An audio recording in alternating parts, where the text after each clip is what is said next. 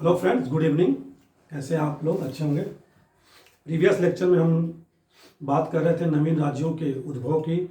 इसमें हमने सबसे पहले बात की थी बंगाल की। ठीक है, आज जो बात करेंगे हम नवीन राज्यों के उत्थान में, उद्भव में, वो होगा कौन? अगला अवध। ठीक है, तो अवध का एरिया जो था वो कहाँ पर स्थित है? उत्तर प्रदेश में, लखनऊ, फैजाबाद। ठीक है, बाद में उसमें इलाहाबाद, काड़ा के ज़िले भी रहते हैं। ठीक है, तो आज अवध की बात करेंगे हम लोग। तो सबसे पहले बात करेंगे अवध के नवाब कौन कौन हुए, बारी बारी। तो सबसे पहले बात करते हैं किसकी? सआदत खां की। सआदत खां या बुरहानुल मुल्क। ठीक है, बुरहानुल मुल्क या सआदत खां, जो ये उपाधि दी गई थी इसको बुरहानुल मुल्क की, मोहम्मद शाह द्वारा। ठीक है, क्यों दी गई थी? कि मुगल सम्राट या मुगल दरबार में क्या था, दो भाई थे जिसे सैयद बंधु कहते थे। ठीक है, अब्दुल्ला खां और हुसैन अली। उनका प्रभुत्व था 1713 से लेकर कब तक? 1720 तक। ठीक है, तो उनके प्रभुत्व से मुक्ति दिलाने का काम किसने किया था? सआदत खां ने षड्यंत्र रचकर उसके उनके अगेंस्ट दोनों भाइयों की हत्या हुई।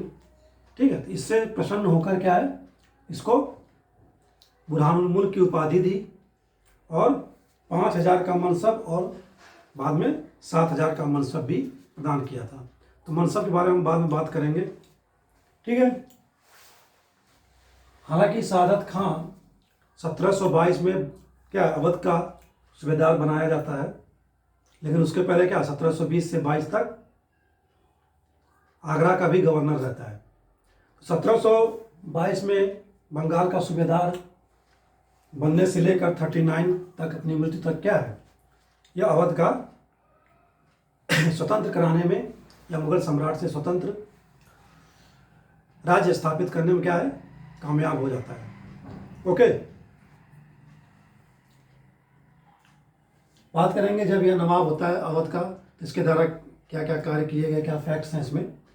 सबसे पहले यह 1723 में जो भू राजस्व प्रणाली थी उसको नया राजस्व बंदोबस्त लागू करता है, रेवेन्यू सेटलमेंट। क्योंकि वहाँ के जमींदारों द्वारा क्या है, किसानों का अधिशोषण किया जा रहा था। ओके, तो उचित भू राजस्व लागू करता है और जमींदारों से के पर क्या है, कंट्रोल करता है। किसानों को क्या है, उनसे मुक्ति दिलाने का प्रयास 1723 में सआदत खां द्वारा की जाती है। ठीक है, हालांकि इसने जागीरदारी प्रथा को क्या है, समाप्त नहीं किया। जागीरें थी जमींदारों के पास अभी भी। ओके, जागीरदारी प्रथा अवध में रही। 1739 आते आते क्या होता है कि यह विष खाकर क्या है, आत्महत्या कर लेता है। ऐसा क्यों करता है? 1739 में जब क्या है, 1739 में फारस शासक किसका आक्रमण होता है? नादिर शाह का। ओके, तो 1739 में नादिर शाह का जब आक्रमण दिल्ली पर होता है, दिल्ली की तरफ, तो इसको क्या अवध से बुलाया जाता है युद्ध लड़ने के लिए। ठीक है, ओके, उस समय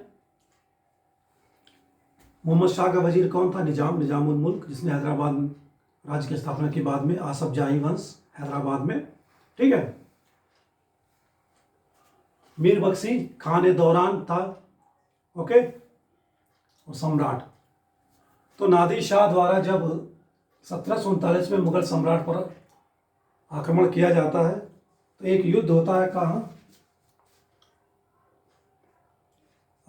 करनाल युद्ध। करनाल कहाँ है? हरियाणा में। कब होता है ये युद्ध? 24 फरवरी 1739 में। ठीक है, तो मुगल सम्राट की तरफ से कौन कौन युद्ध लड़ रहा है? सम्राट स्वयं, निजामुल मुल्क, खान दौरान मीर बख्शी मतलब सेनापति, और सादत खां भी बाद में क्या है, इनसे जुड़ता है, सम्राट से। ठीक है, 80,000 सेना और ये चारों लोग। हालांकि क्या है, इस युद्ध में, करनाल युद्ध में क्या है, नादिर शाह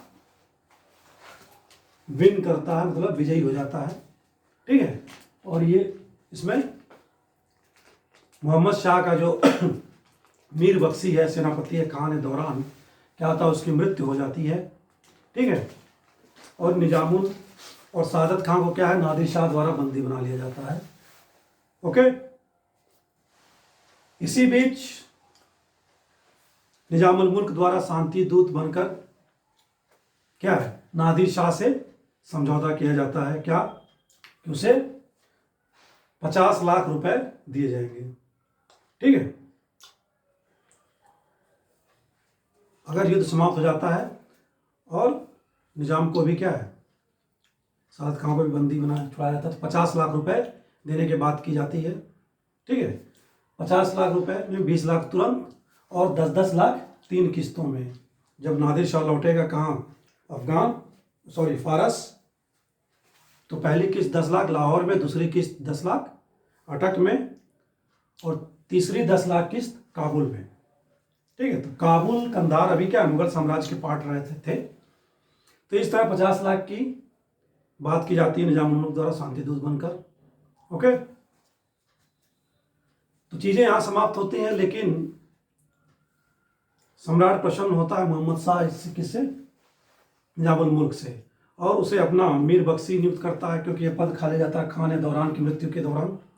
ठीक है, खान दौरान की मृत्यु से पद खाली हो जाता है मीर बख्शी का।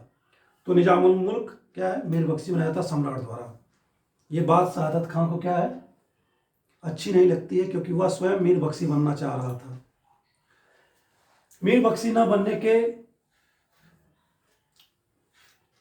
बाद सादत खां द्वारा क्या किया जाता है, नादिर शाह से समझौता किया जाता है, या समझौता नहीं कह सकते हैं कि नादिर शाह से मुलाकात की जाती है, भेंट की जाती है, और उसे कहा जाता है क्या,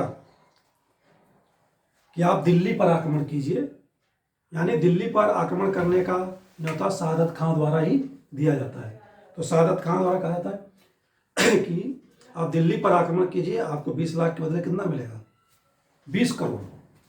हालांकि इससे ज़्यादा भी हुआ क्या है, लेके जाता है करीब 30 करोड़ के रूप, 20 करोड़, 20 लाख के बदले आपको कितना मिलेगा, 20 करोड़।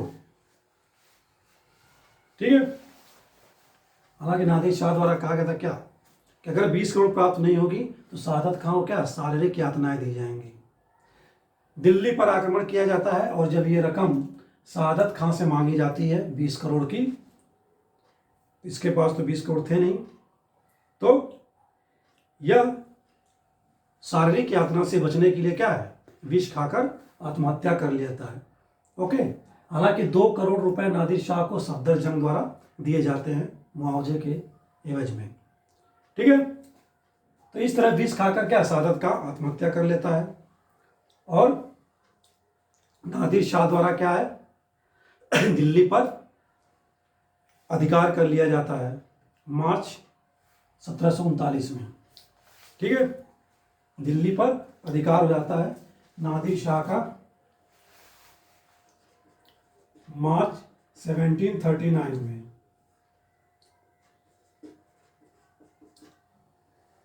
दिल्ली पर अधिकार। ओके, 2 माह रहता है नादिर शाह, और क्या है, दिल्ली में काफ़ी 2 माह तक लूटपाट कत्लेआम होते हैं। ओके, तो यहाँ पर हम देखते हैं क्या, कि मुगल साम्राज्य का समाप्त लगभग माना जाता है 2 महीने तक, और फारसी साम्राज्य 2 माह तक चलता है दिल्ली में। ठीक है, 1739 में। ओके, इसी बीच मोहम्मद शाह द्वारा नादिर शाह से समझौता कर लिया जाता है। नादिर शाह क्या है, मोहम्मद शाह अपनी पुत्री का विवाह नादिर शाह के पुत्र से करता है। ठीक है,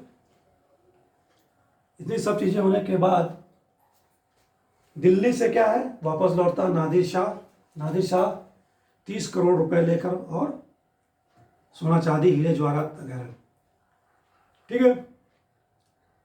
और क्या क्या लेकर जाता है नादिर शाह दिल्ली से?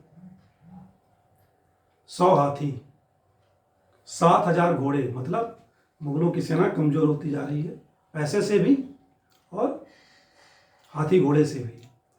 10,000 ऊँट, इवन 100 हिजड़े भी ले जाता है। हिजड़े क्या जरूरत पड़ती है पता नहीं, 100 हिजड़े भी ले जाता है, ठीक है। और सबसे मेन बात, 130 लेखपाल भी ले जाता है, लेखपाल अकाउंटेंट, ठीक है। 200 लोहार, 200 बढ़ई, 300 राजमिस्त्री, ठीक है। और 100 संगत तराश मतलब स्टोन कटर, जो पत्थर काटते हैं, ठीक है। इतनी सारी चीजें। और तख्ते, शाहजहां का जो तख्ते ताउस था जिसकी कीमत उस समय क्या थी, 1 करोड़, वो भी लेकर जाता है। और इसके एवज में मोहम्मद शाह को पुनः सम्राट घोषित करता है, उसे अपने पुनः सिक्के जारी करने की अनुमति देता है, अपना खुतबा पढ़वाने की अनुमति देता है, ठीक है। जब तक दिल्ली में था अपने सिक्के जारी किया और अपना खुतबा पढ़वाया, ठीक है। लौटने के बाद मोहम्मद शाह को वापस सम्राट घोषित किया जाता है, ठीक है। ये था सादत खां और नादिर शाह से रिलेटेड फैक्ट्स जो हम याद रखेंगे। नेक्स्ट जो अगला अवध का नवाब है कौन, सफदर जंग, 1739 से 54 तक। नादिर शाह को 2 करोड़ का एवज में दिया जाता है। फिर 1748 में से क्या है, अहमद शाह द्वारा, मुगल सम्राट अहमद शाह द्वारा वजीर बनाया जाता है अहमद शाह। तो अवध का कौन सा नवाब मुगल सम्राट का वजीर भी था 1748 में, अहमद शाह द्वारा, ठीक है। 1748 में क्या है, इसके समय अहमद शाह अब्दाली का आक्रमण होता है। अहमद शाह अब्दाली कहाँ का शासक था,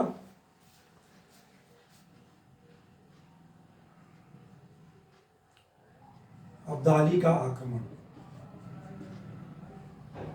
1748 में। अब्दाली क्या का था, अफगान का, क्योंकि इसके द्वारा काबुल, कंधार जो क्षेत्र थे, हालांकि वो सारे क्षेत्र नादिर शाह ने के कब्जे में थे, उस पर नादिर शाह की जब मृत्यु होती है 1747 पर, तो उसके बाद क्या है, अहमद शाह अब्दाली द्वारा इन क्षेत्रों पर अधिकार कर लिया जाता है, ठीक है। 1748 में अहमद शाह के समय अहमद शाह अब्दाली का आक्रमण होता है दिल्ली पर, दिल्ली पर नहीं, पंजाब पे असफल आक्रमण था, पहला आक्रमण, ठीक है। फिर 1749 में आक्रमण होता है सफल, 1752 में होता है, लगातार 3 बार, ठीक है, 48, 49 और 52 में। इसी बीच क्या है, अहमद शाह द्वारा पंजाब और सिंध का प्रांत जो है किसको दे दिया जाता है, दिल्ली पर सम्राट को। सम्राट से प्राप्त करता है कौन, अहमद शाह अब्दाली, ठीक है, 3 आक्रमणों के होने के बाद, ठीक है। 1756 में अहमद शाह अब्दाली पहली बार क्या है, भारत की सीमा में प्रवेश करता है। अभी तक कहाँ है, पंजाब तक ही, 48, 49, 52 में, लेकिन 1756 में भारतीय सीमा में प्रवेश करता है। और 1775 जनवरी के महीने में क्या है, दिल्ली होते हुए मथुरा, आगरा तक क्या है, लूटपाट करता है, ओके। लेकिन लौटने से पहले क्या है, सेम चीजें जैसे नादिर शाह सम्राट बना के गया था मोहम्मद शाह को, लौटते समय अहमद शाह अब्दाली द्वारा क्या है, अहमद शाह को फिर से 54 में सम्राट, मुगल सम्राट इमादुल मुल्क जो वजीर था उसको वजीर बनाया जाता है। और जो रुहेला सरदार था नजबुद्दौला को क्या है, मीर बख्शी यानी सेनापति और अपना मुख्य एजेंट बनाकर अफगान लौट जाता है, ठीक है।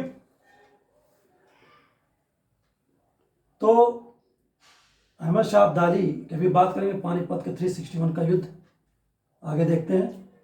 तो ऐसे लौटने के बाद इनको सम्राट, वजीर और सेनापति बनाया नजमुद्दौला। ठीक है। अब बात करें क्या निष्पक्षता की नीति अपनाई गई थी किसके, सफदरजंग द्वारा। ओके। इलाहाबाद का जो प्रांत था इसे क्या है, मुगल सम्राट से प्राप्त हुआ था सफदरजंग के समय 1739 से लेके 54 के बीच। ठीक है। क्योंकि वजीर था इसलिए इसको क्या है, इलाहाबाद का प्रांत भी क्या है, वजीर सम्राट द्वारा दिया जा चुका था। नेक्स्ट जो बात करेंगे हम अवध से के अगले नवाब शुजाउद्दौला की। ठीक है। तो शुजाउद्दौला के समय पानीपत का तृतीय युद्ध, बक्सर का युद्ध होता है। ओके। अभी हम बात कर रहे थे किसकी, अब्दाली जब लौट जाता है तो ऐसा क्या होता है, फिर 1761 में क्या है, भारत पर या मराठों के अगेन पानीपत का तृतीय युद्ध किया जाता है, लड़ा जाता है। तो पानीपत का जो तृतीय युद्ध था कब तक हुआ था, 14 जनवरी 1761 में। ठीक है।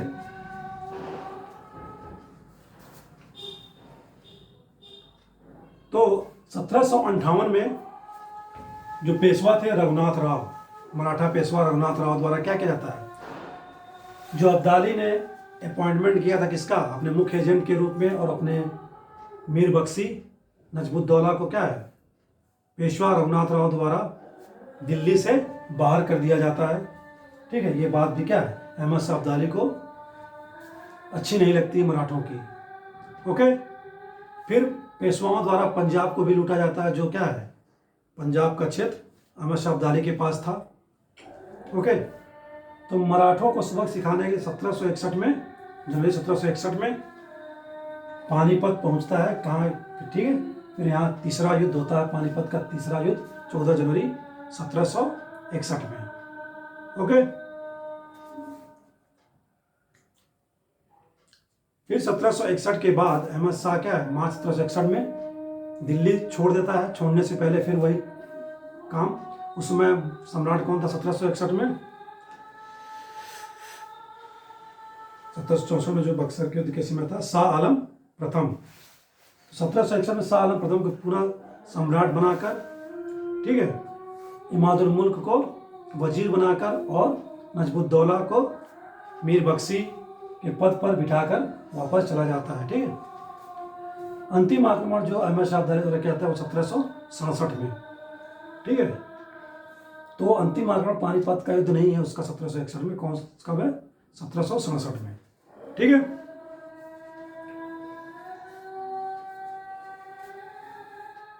शाह आलम द्वितीय को सम्राट बनाता है। ठीक है। हालांकि शाह आलम द्वितीय सम्राट बनते लेकिन 12 वर्ष तक कहाँ है, 1772 तक दिल्ली में प्रवेश नहीं कर पाते। क्यों? क्योंकि जो मीर बख्शी के बाद उसका पुत्र, फिर उसका पौत्र, तीनों क्या है, इस पद पर रहते हैं लगभग वंशानुगत। ओके। महादजी सिंधिया के सहयोग से क्या 1788 में, 1772 में सॉरी, महादजी सिंधिया पे मराठा की मदद से क्या है 1772 में वह दिल्ली लाया जाता है शाह आलम द्वितीय को। ठीक है। और 1788 में शाह आलम द्वितीय की आंखें जो है निकाल ली जाती है, किसके द्वारा, गुलाम कादिर द्वारा। ओके। तो फैक्ट याद रखेंगे, गुलाम कादिर जो नजमुद्दौला का क्या था, पोता था, उसके द्वारा शाह आलम द्वितीय का आंखें निकाल ली जाती हैं। ओके। ये हो गया फैक्ट्स। शुजाउद्दौला द्वारा और क्या कार्य किए जाते हैं, जो रुहेलखंड है, जो बात करते हैं नजमुद्दौला की, जीता जाता है। लेकिन ये जीता जाता है कब, बनारस की संधि होती है वारेन हेस्टिंग के साथ।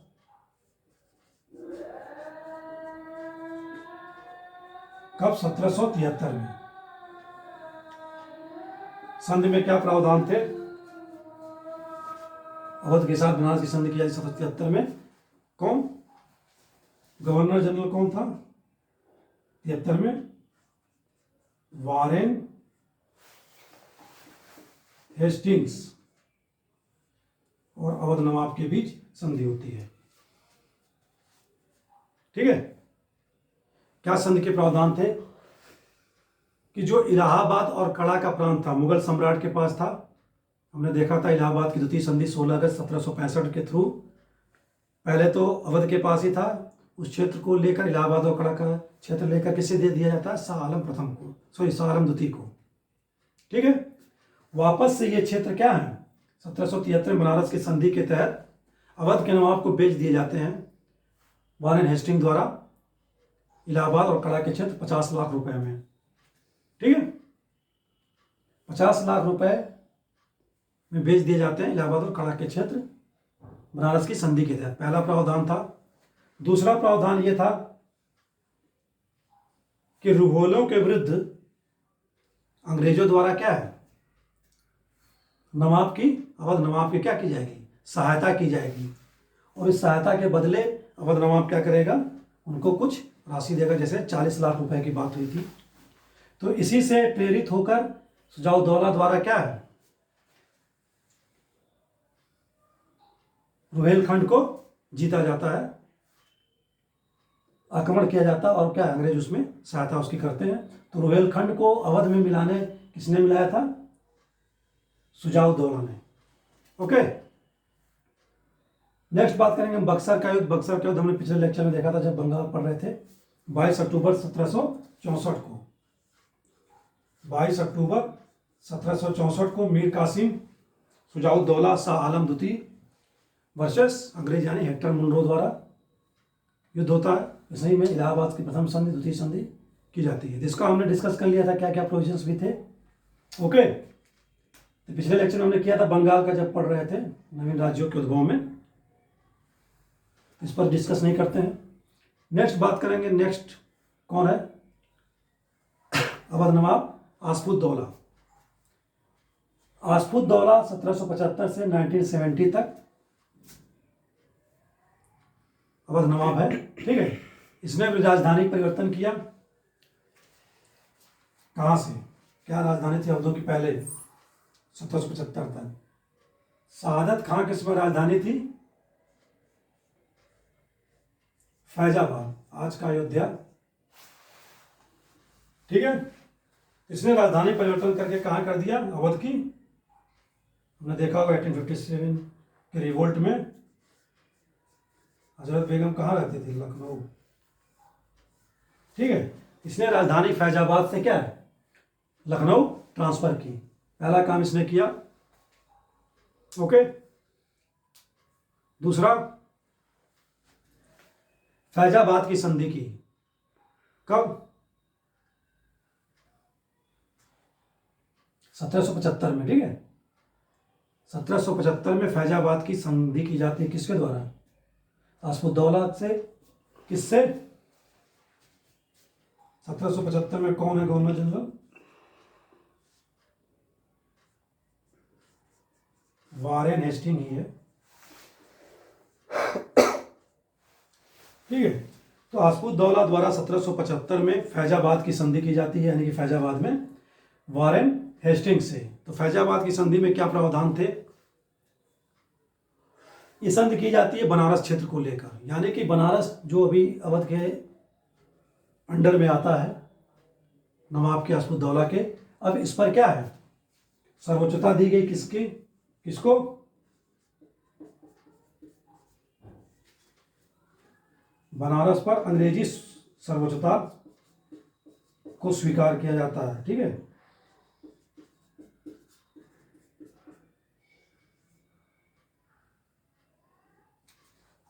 बनारस पर क्या है, अंग्रेजों के आधिपत्य को क्या है, आसफुद्दौला द्वारा फैजाबाद की संधि 1775 में वहां, ठीक है, स्वीकार कर लिया जाता था।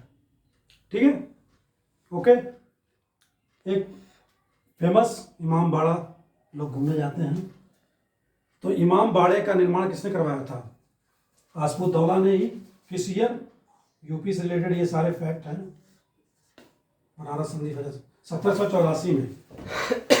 ठीक है, हालांकि इस इमाम बाड़े खास बात है, इसमें क्या पिलर्स नहीं है, गुंबद नहीं है। ओके, तो इमाम बाड़े का निर्माण भी क्या है, नमाज पढ़ने के लिए आसफुद्दौला द्वारा किया गया था 1784 में। इसी क्रम में अगला नवाब कौन है, वजीर अली। कोई ज़्यादा इससे रिलेटेड कार्य या फैक्ट नहीं है 1797-98। ठीक है। नेक्स्ट जो अगला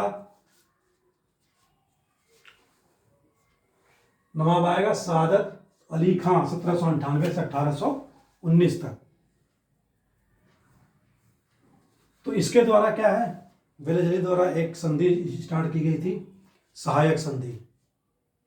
ओके, तो इसने सहायक संधि स्वीकार की थी कब?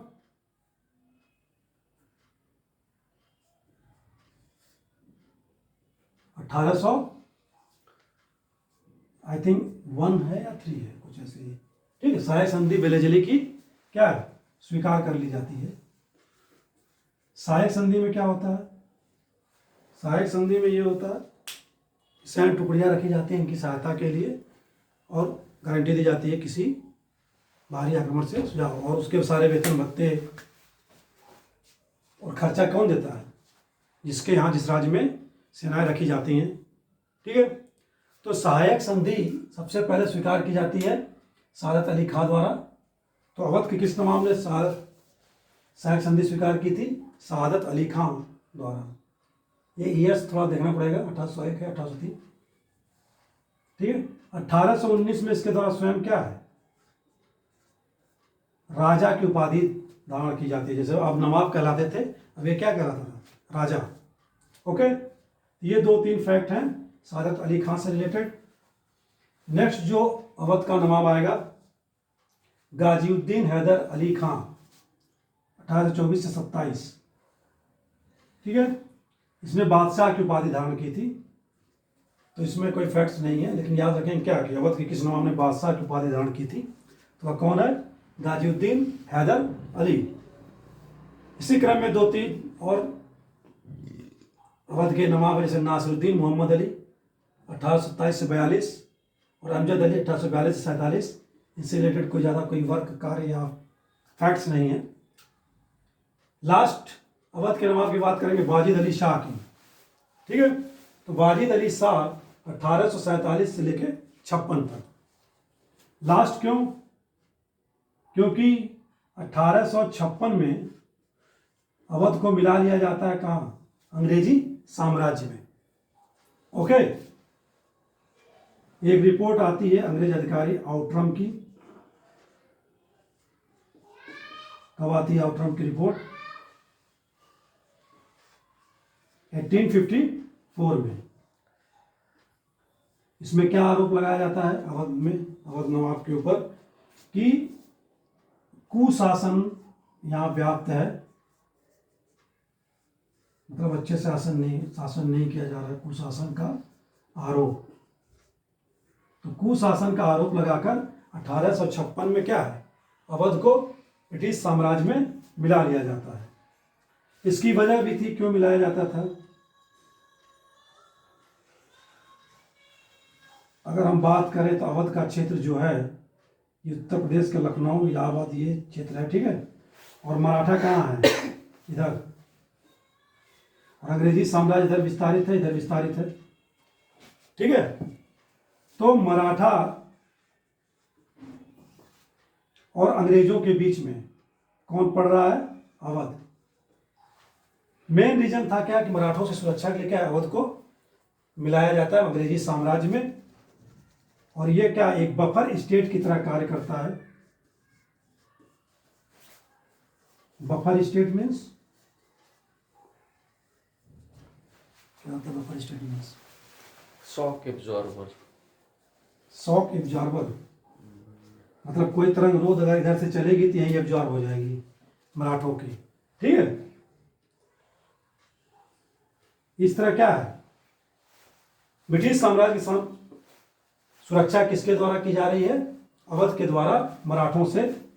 ठीक है, और जितना भी धन धान लूटा जाता है अवध से प्राप्त किया जाता है। यानी एक स्टेटमेंट भी है कि क्या कि अवध को यूज कैसे, दुधारू गाय की तरह। तो यानी अवध को ही क्या है, दुधारू गाय भी उपाधि दी गई है। दुधारू गाय की तरह क्या भरण पोषण करते हैं किसका? अंग्रेजों का। जैसे 1757 के बाद बंगाल भरण पोषण कर रहा था अंग्रेजों का भारत में विस्तार के लिए, पैसे और सैनिक सबसे रिलेटेड। ठीक है, तो इस तरह हमने क्या किया आज के क्लास में, नए राज्यों के उत्थान में दूसरा के क्रम में दूसरा अवध की बात आज की हमने। नेक्स्ट जो हम बात करेंगे कल अगले किसी नवीन राज्य की, मैसूर, सिख, राजपूत, जाट या रोहेले की। ठीक है, तो आज के लिए बस इतना ही। नमस्कार।